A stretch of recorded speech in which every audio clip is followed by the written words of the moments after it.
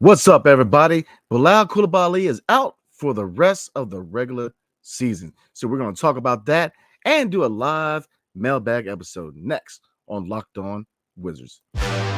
You are Locked On Wizards, your daily Washington Wizards podcast. Part of the Locked On Podcast Network. Your team every day.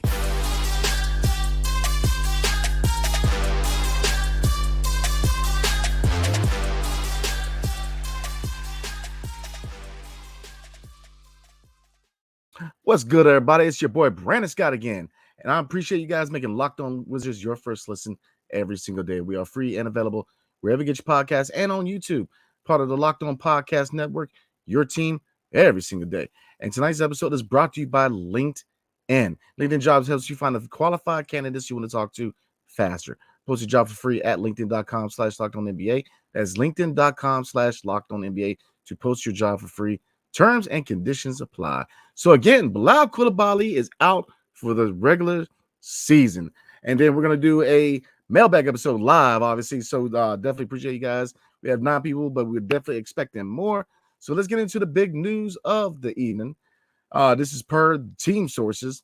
Washington Wizards guard Bilal Coulibaly will miss the remainder of the regular season after being diagnosed with a right wrist fracture. The injury, which will be treated conservatively, was suffered when Coulibaly fell during the team's game on March 16th at Chicago. So again, this is definitely a in the sake of development, and obviously we're in a rebuild, so development of the young guys is key, and this is a big hit. I'm obviously looking at Bilal and his sample size for his rookie season.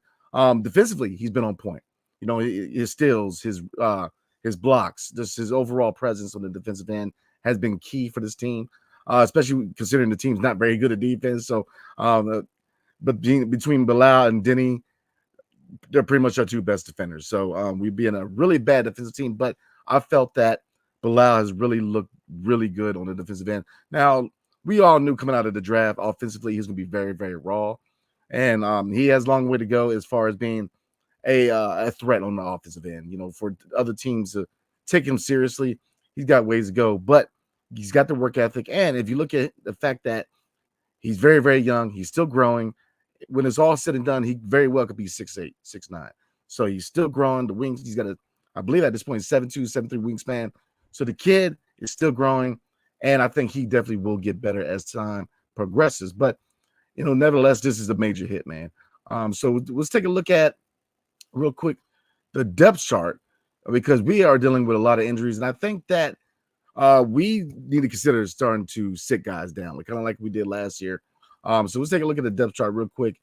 Tyus Jones is still out. Bilal out for the year. Jenny still dealing with the knee. Marvin Bagley III is still out. Landry Shamet is still out. Eugene Amarui is out right now. So we're dealing with a lot of injuries. So hypothetically, who should sit and what would the lineup look like for the rest of the year, in my opinion? Well, at this point, you know, Tyus Jones can go ahead and sit. I would definitely consider playing Jordan Poole at point guard for the rest of the year. See what he can do. See if we can raise his trade value. See if we can get him right. Put the ball in his hands, and we'll see what we can do. But I would definitely make him the point guard for the rest of the year. I would definitely sit Tyus. Excuse me, y'all. So looking at the 2 guard, obviously Bilal Coulibaly out for the year. So I'm looking at Johnny Davis. Will they? We don't know. The whole saga of Johnny Davis, and you know, it's just been a saga all year long. But I would give him a chance. I would definitely start him at the 2 guard. See what he can do. You know, obviously, I don't think that this team, this new front office, and this ownership really sees him as a future piece. But you know, like me and Ed said in the last episode, man, that you know, not only is he playing for his spot here in DC, he's playing for his next spot, whether it's here or on another team. So definitely, you know, what can it hurt, man? We're a rebuilding team right now. We're the worst team in the NBA, and we're definitely in the running for the number 1 overall pick. I mean, chances are it's going to be between us and the Detroit Pistons. So at this point, why not, right? So I would start Johnny Davis, in my opinion. I would put Corey Kispert on the wing. Definitely let them play the wing for the rest of the year, barring any kind of injury. Denny with his knee, I would sit him too. I would sit him. And at this point, I would probably sit Kyle Kuzma. Martin Bagley III, again, he's out. So, at that 5 man, you're looking at Rashawn Holmes. So roughly, I'm looking at a 9-man rotation to finish the season. So starting, I'm putting Jordan Poole at point, Johnny Davis at 2, Corey Kispert at the 3. At the 4, I'm putting Patrick Baldwin Jr. And then at the 5, Rashawn Holmes. So looking at the second unit, I'm definitely letting Jared Butler play backup point guard. So that's 6 right there. And it gets harder from there. I mean, Justin Champagny would definitely get a look. And another name, I'm definitely going to see what we have in Tristan Vucevic. But Hamidou Diallo, man, out of the Capital City Go-Go, has been posting video game numbers, man. So I definitely would give him a look on the second unit. But I would roughly run a 9-man rotation and call it a season. See what you have and then go from there. Because at this point, we're fighting for the number 1 overall pick. And like I said, it's roughly between us and Detroit.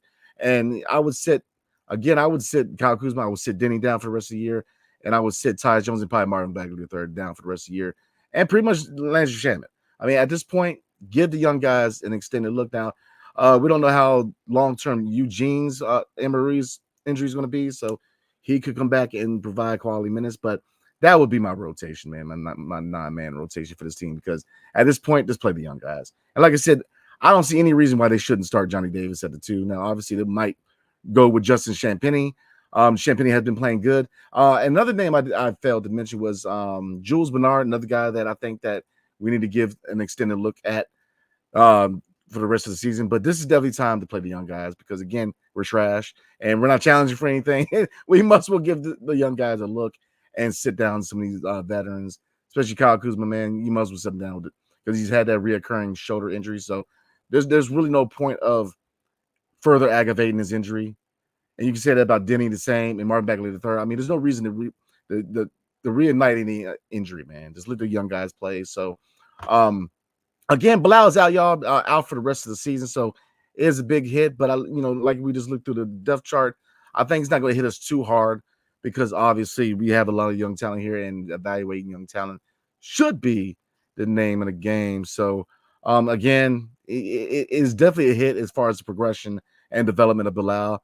But I expect him to come out strong in offseason and next year, ready to play, and definitely want to see an improvement from the offensive side of the ball. So before we move on, we're going to get into comments because we're going to do a live mailbag. So you guys shoot me your best questions, man. We're going to have a ball tonight, man, and then we'll look at the schedule going forward because we have a game on Tuesday night. So, but before we do, tonight's episode is brought to you by Stitch Fit. So you know that instant confidence boost you get from an outfit that makes you look really good, right? That's what I get with Stitch Fit.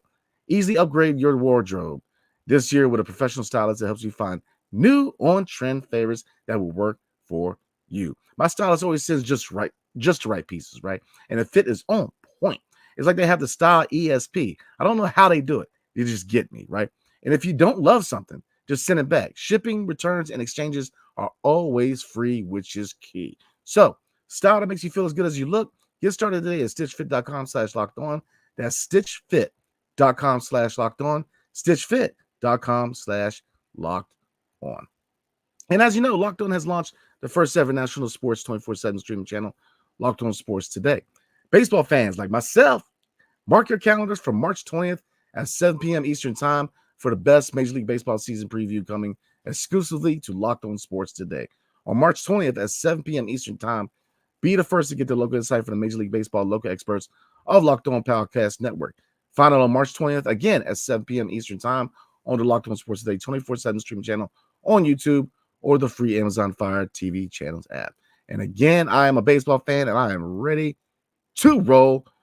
Baseball season can't get here fast enough, but I mean, look, you can say the same thing about football season. So let's definitely get into it. So like I said, 35 people in, so definitely appreciate you guys. We're going to roll with a mailbag, so definitely shoot me your best questions. So let's get into the first one. Wiz Kids Forever.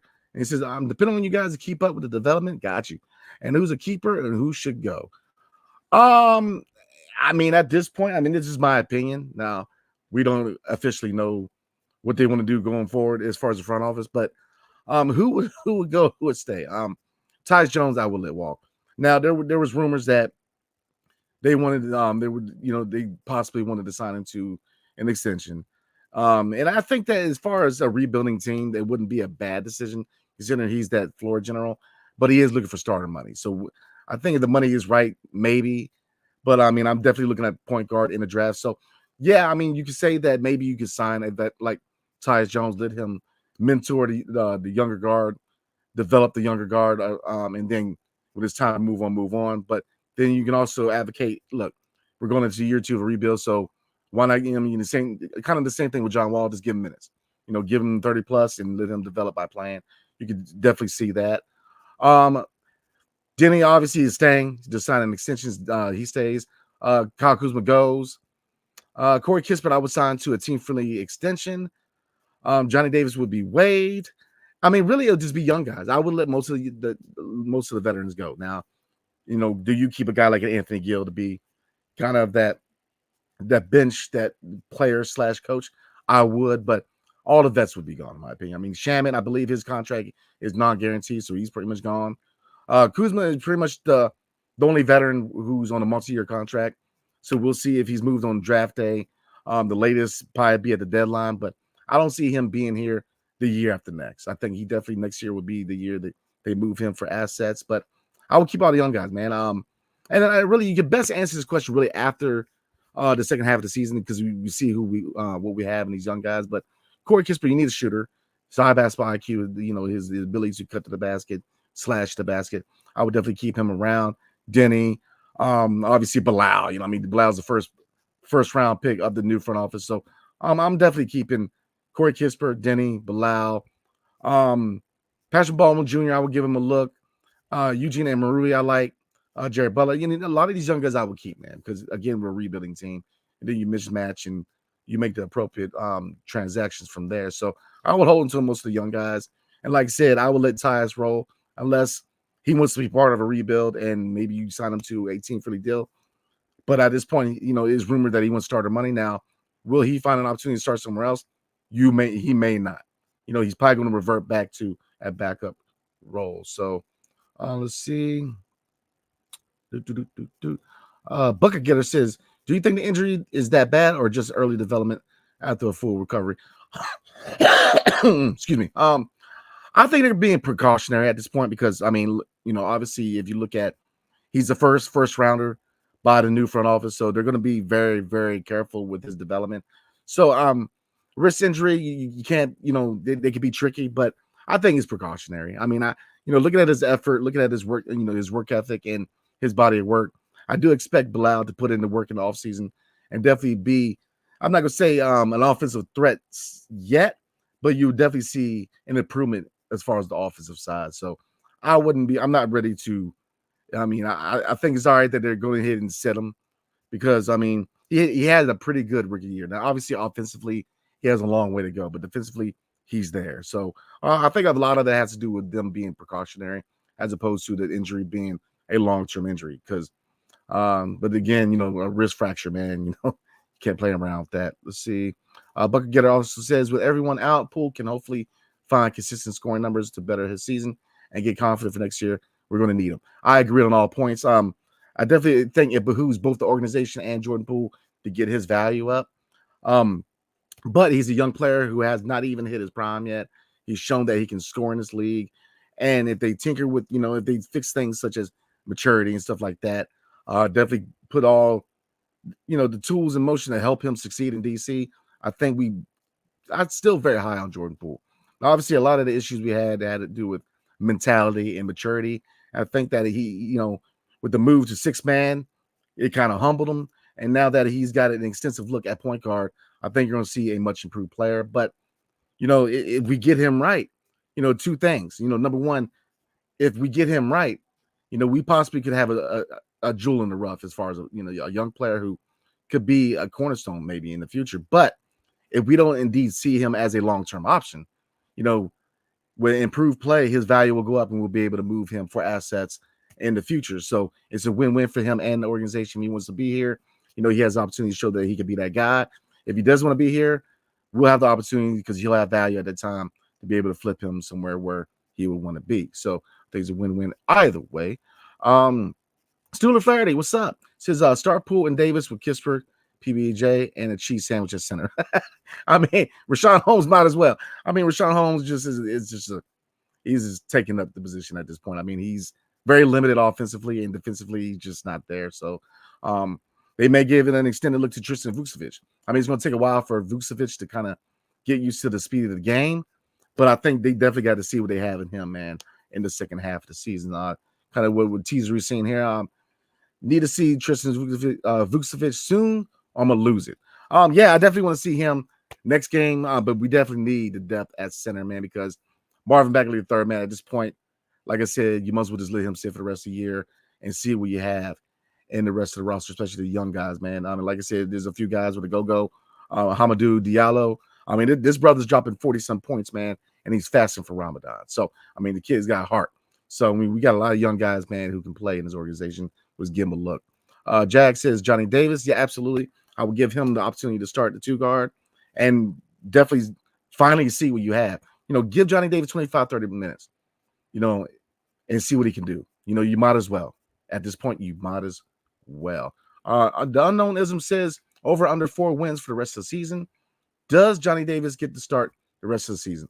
I don't know. It hasn't been dictated whether he will start, but I think that, I mean, there's been so many opportunities, but this is the best opportunity for him to start at two guard, in my opinion.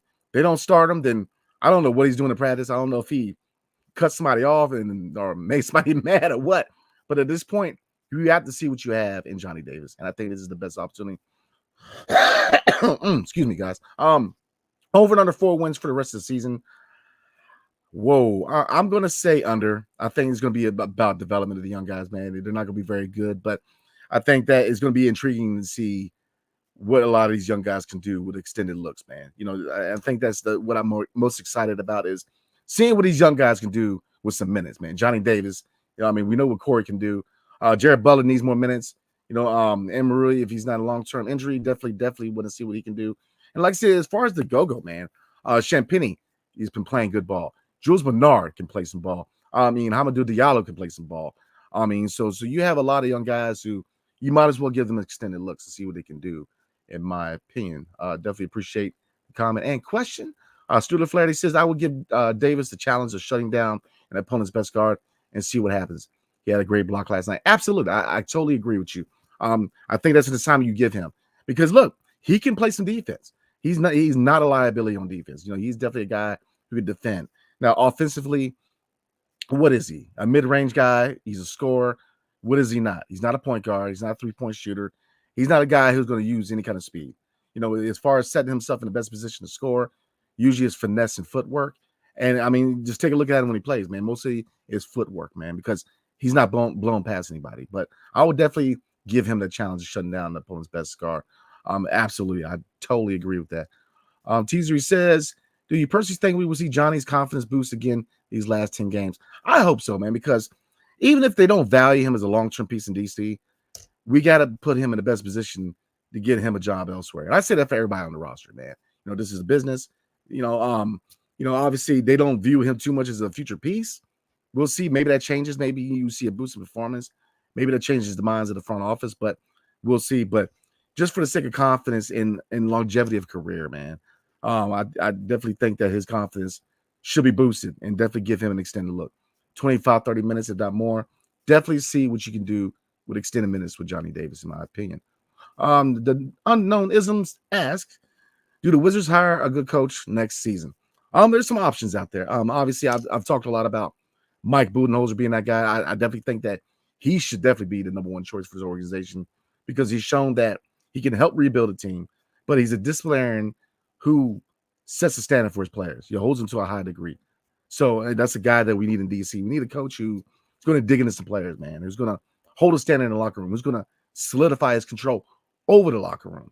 Mike Budenholzer is definitely an option. Juwan Howard, he did get fired from the University of Michigan, but he's got ties to the organization, the former Washington Bullet. Obviously, we have a couple of Wolverines on the roster, so you have the Michigan connection, you know, Isaiah Livers and Jordan Poole.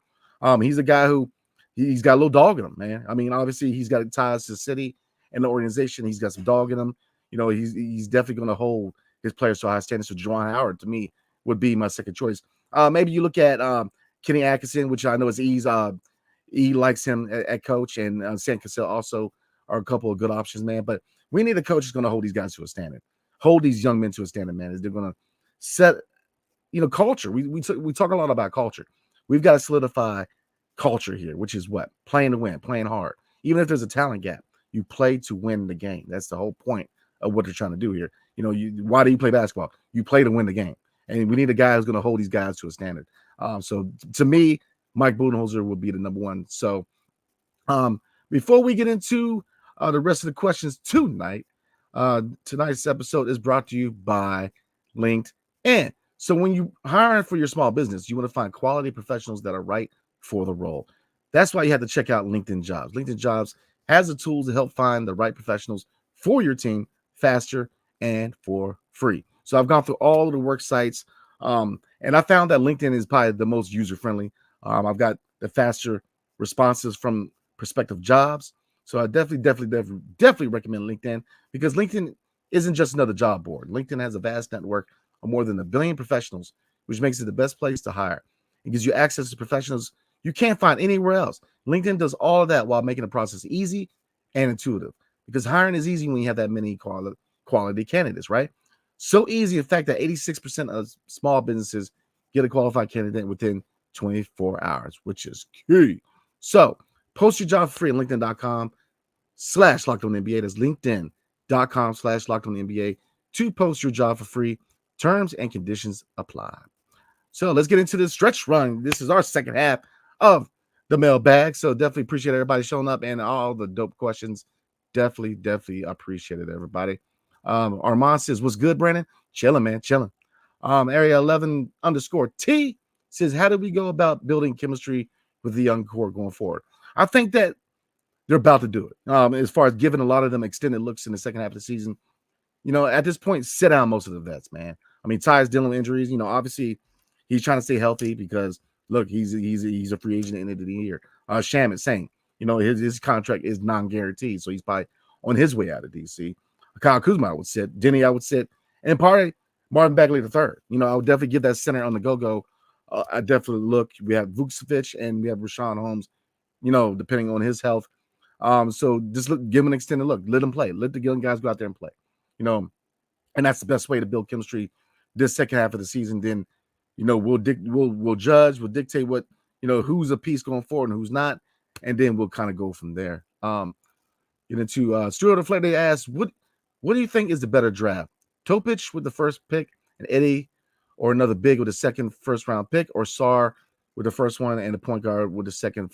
That's a good question, and it's kind of where I'm at with the draft. Depending where we go with our first pick. Now, at this point, it's looking like the number one overall.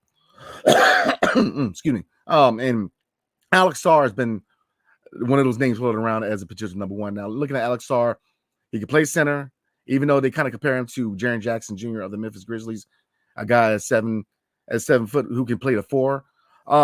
He's oozing potential, man. I mean, his rim protection, he can guard guys in the perimeter. Now, his offensive side is gonna have to be worked on. Obviously, his ball handling is gonna have to be worked on, but these are areas that, look, we're rebuilding. So we're gonna have the opportunity to develop them.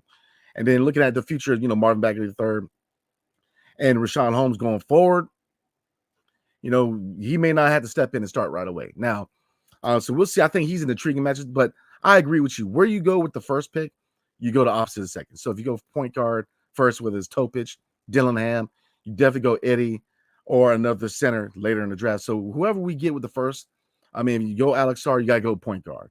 I know Isaiah Collier has been kind of slipping down the mock drafts, man, because USC has had kind of an inconsistent season.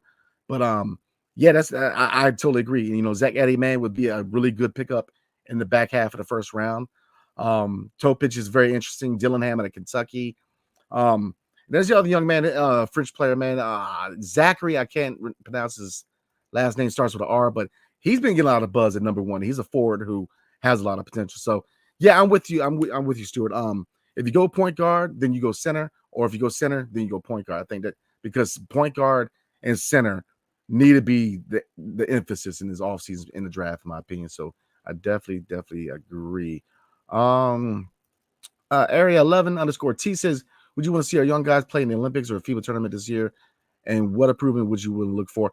I mean, I wouldn't mind. I mean, in the past, I wasn't always the biggest fan of FIBA in the Olympics, but then after watching it, then I am now, because you definitely see the level of competition as far as national pride, and it's good basketball. And I think it can be a good place to develop, especially for young guys, man. So I wouldn't mind. It depends on the player.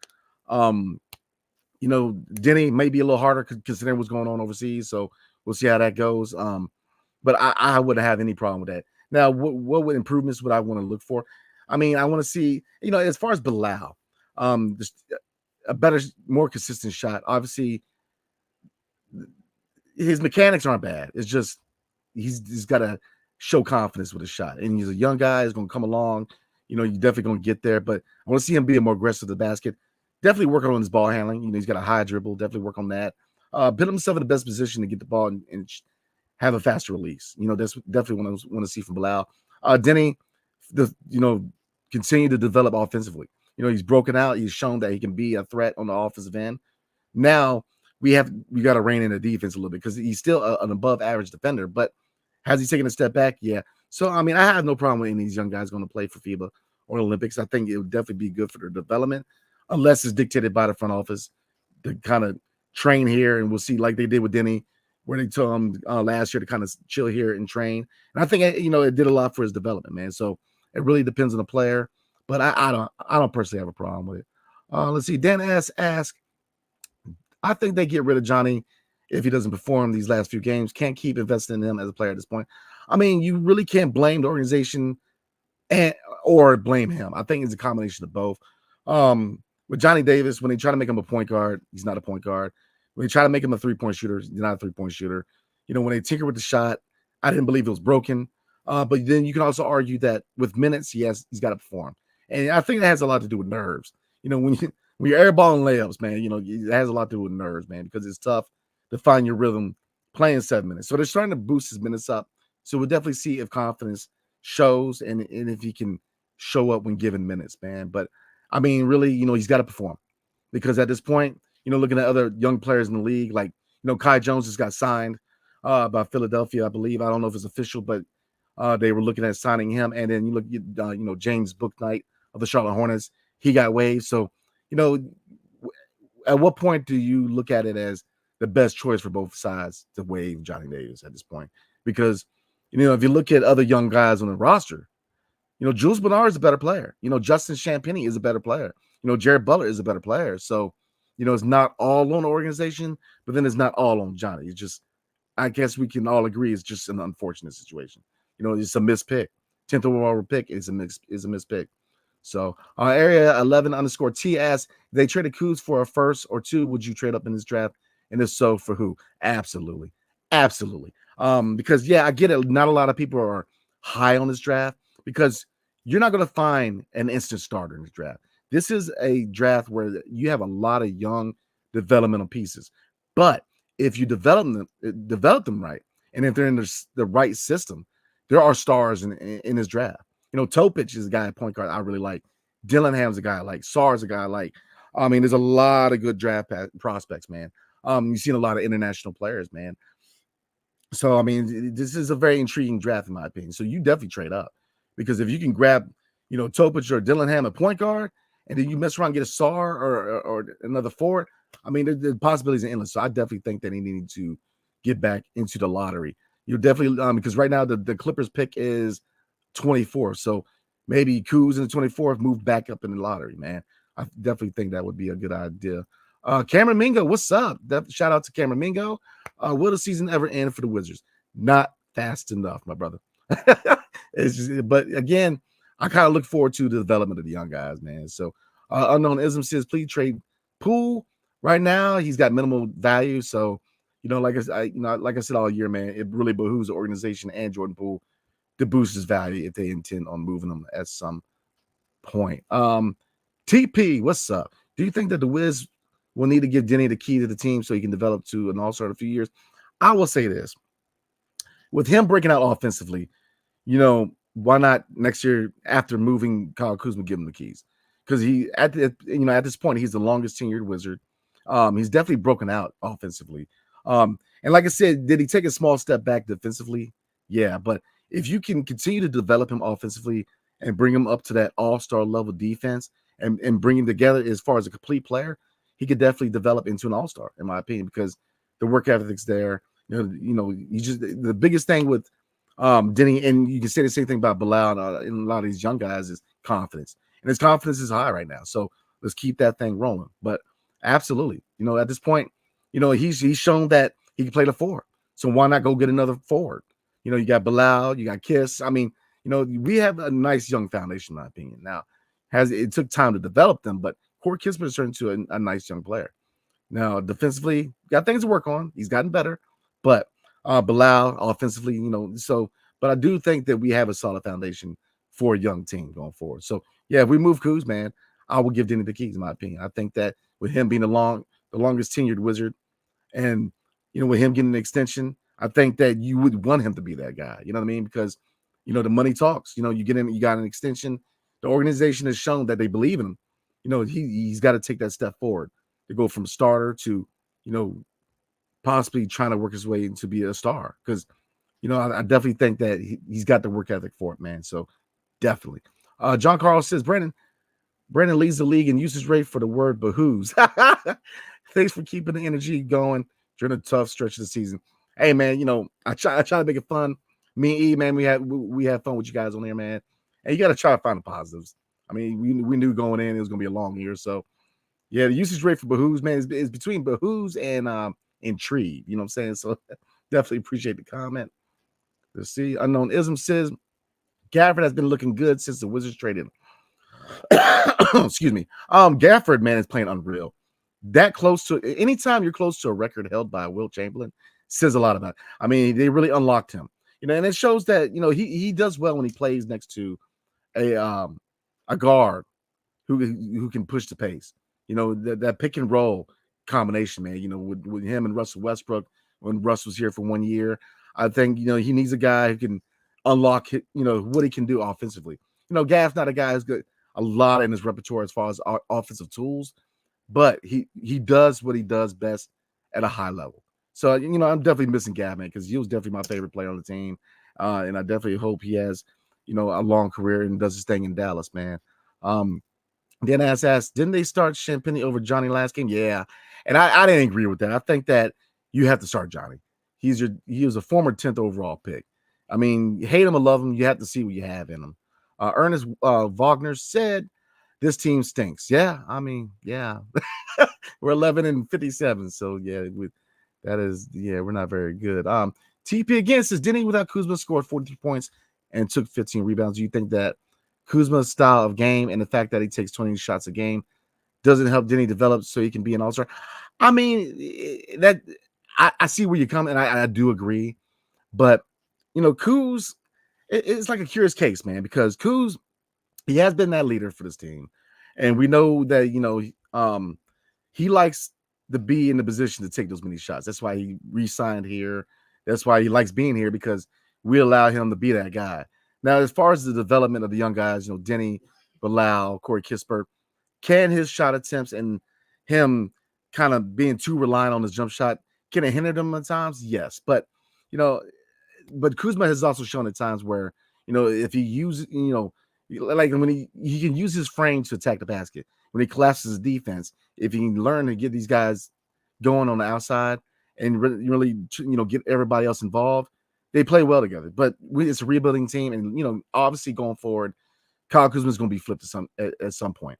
So that's why I'm looking at Denny to be that guy, because again, longest tenured young guy on this team, and with the extension, we know what he can do offensively now because he's broken out. Definitely want to see what he can do being that guy as far as the number one option on the young team. Why not? Because we're rebuilding at this point, so why not? Let's see. Guru Strong says top 3 coaching candidates should be Bud, Juwan, or Sam Cassell. I agree on all points, man. Juwan Howard's guy that I'm definitely looking at, but Mike Budenholzer, man, should definitely be your number one. Dan S says Atkinson as a head coach would be fun. Yeah, Ed likes Atkinson, man. I'm not too high on Atkinson, but I mean, kind of a mixed bag performance in Brooklyn. But at this point, man, we need somebody who's going to hold these guys accountable. So Stuart Flaherty says Cassell is my favorite. Cassell, I know that Bradley Bill, when he was here, wanted Cassell before we hired Weston Sill Jr. So Guru Song also says I'd give Jeff Van Gundy a call too. We'll see, man. I think Mike Budenholzer is definitely my number one, but we'll definitely see. We have options. JR24 said, take my risk, bro. I don't need it. Bilal, and he also says that Bilal was kind of underwhelming the second half of the season. Come back from injury, he's taking a little bit to get his feet under him, man. But I think long term Bilal will be all right, man. Wrist injuries are shaky, man. Especially on, I gotta see which wrist it is. But if it's just shooting hand, man, then that's just a really bad injury as far as how it really keeps you out longer than your non-shooting hand. So let's see. I'm gonna try to do a couple more. We got a lot of good questions in here. Let's see. Student Flair says, is there a center on the go-go that could rebound? I believe it's John Butler Jr. And you guys let me know if I'm wrong, but I believe that's his name. Kind of a tweener, but why not give him minutes? Why not? I mean, he's played pretty well for the go-go. And like I said, shout out to the go-go, man, because they've done a good job getting these guys ready if and when they're called upon to play for the Wizards, man. So Dennis asks, how do you feel about Khalil Ware? Seems a better plan is to take a wing and guard with a higher pick than trade up for him. I like Ware. And he's somebody who's definitely starting to get noticed a little bit. Because a lot of these guys, especially the college guys, tournament time, so we're going to get a lot of looks of what they can do during the tournament, man. And this is the time to shine for them because the tournament is, the equivalent of the playoffs. You know what I mean? So you definitely want to see how they perform in high pressure situations. But Ware, I am very intrigued. So Regal's Tone T says, what happened to Bilal? Why is he out? Bilal's out with that wrist injury on sustained against the Chicago Bulls. I believe it's where he went up for the dunk and came down on his wrist. So he's, I think they're definitely being precautionary with him. I don't think his injury is really going to be a long term or he's really going to mess him up as far as his development. But that is definitely what happened to our guy. Be cool. So see, we got 3 more. We're gonna knock it out and call it an evening. Definitely appreciate you guys, man. Show me love tonight, rocking with me tonight. Rico Tone T says they have to give the keys to Denny. I totally agree. They have no other choice. Trade Kuz and see if Tyus wants to stay. The jury's out on Kispert. Yeah, I would definitely give Denny the keys next year. I would definitely try to look to move Kuz for draft assets and possibly package him with the 24th pick, the Clippers pick, and see if you can get back in the lottery. In my opinion, 2 lottery picks in a highly development draft in a rebuild, to me, is a win-win for this organization. So I'm with you on that. Groovy Entertainment says tank for Cooper Flag. Cooper Flag definitely shortens the time of this rebuild, man. I mean, obviously, there's a lot of factors that could change, but I definitely expect us to definitely be in a position to try to draft Cooper Flag, because if we're looking at it, you best believe this front office is already thinking about a Cooper Flag for the year after next. So he also says sign John Wall or Pat Bev. To be honest, John Wall would be an intriguing signing. Now, obviously, if you look at the history of players who've had issues here in DC, Gilbert Arenas, they had a bobblehead from last year. They celebrated the big 3 of him, Karan, and Antoine Jameson. Now, they've done a few things. I believe they had a giveaway for a hat this year. So you're seeing the relationship between Gilbert Arenas and Ted Leonsis get better. Obviously, Ted Leonsis just bought the team towards the end of the Gilbert Arenas era. So they didn't have too much of a relationship, but you definitely see them working on that relationship. He's definitely becoming a lot more common at Wizards games. But as far as John Wall, I think it's just one of those things, man, where you'll probably see the relationship get better once he's not a player anymore. I mean, whether you agree or not, why, his relationship kind of soured with Ted Leonsis. At this point, man, I don't know if they're both sides are ready for that relationship to be mended yet, man. John Wall is my favorite Wizard of all time, so I definitely would love to see him come back into the fold of the organization. So we're going to do 2 more comments. Let's see. Edward Moore says, this sucks for Bilal, and I hate it on Tyus and Kuz. They are really good, just not for our team. Great comment. I mean, I agree. It definitely sucks for Bilal as far as his development. Tyus and Kuz, they're if we weren't a rebuilding team, I would love them both on this team because I think they're both really good players. Now, Tyus defensively has been kind of lost in the sauce, but Kyle Kuzma I like Kyle Kuzma. He's become a complete player here in DC. He just doesn't mesh with a rebuilding team as a number one option, and it's pretty much it, man. I do like both of them, just not a rebuilding team. TP says, "We love you in Israel, Brandon, because you love Denny and because you understand basketball. Definitely appreciate you."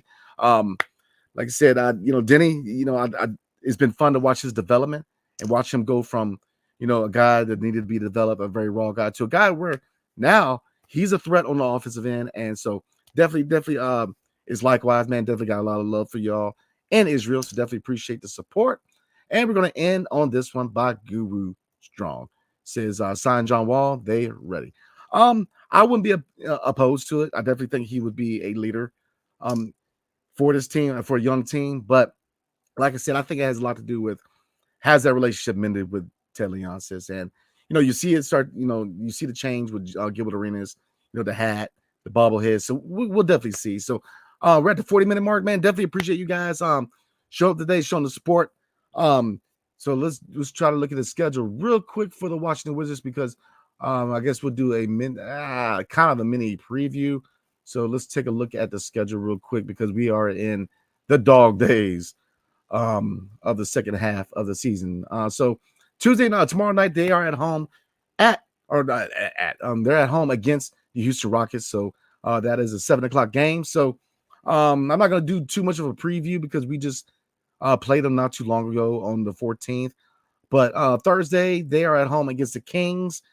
So I will actually be there. Now, if I do the press conference as far as the media side, I'm not gonna be able to do the show that night. So I'll probably do the show the day after. But if I don't do the post-game media coverage as far as the players and the head coach, I will be doing the show at Cap One.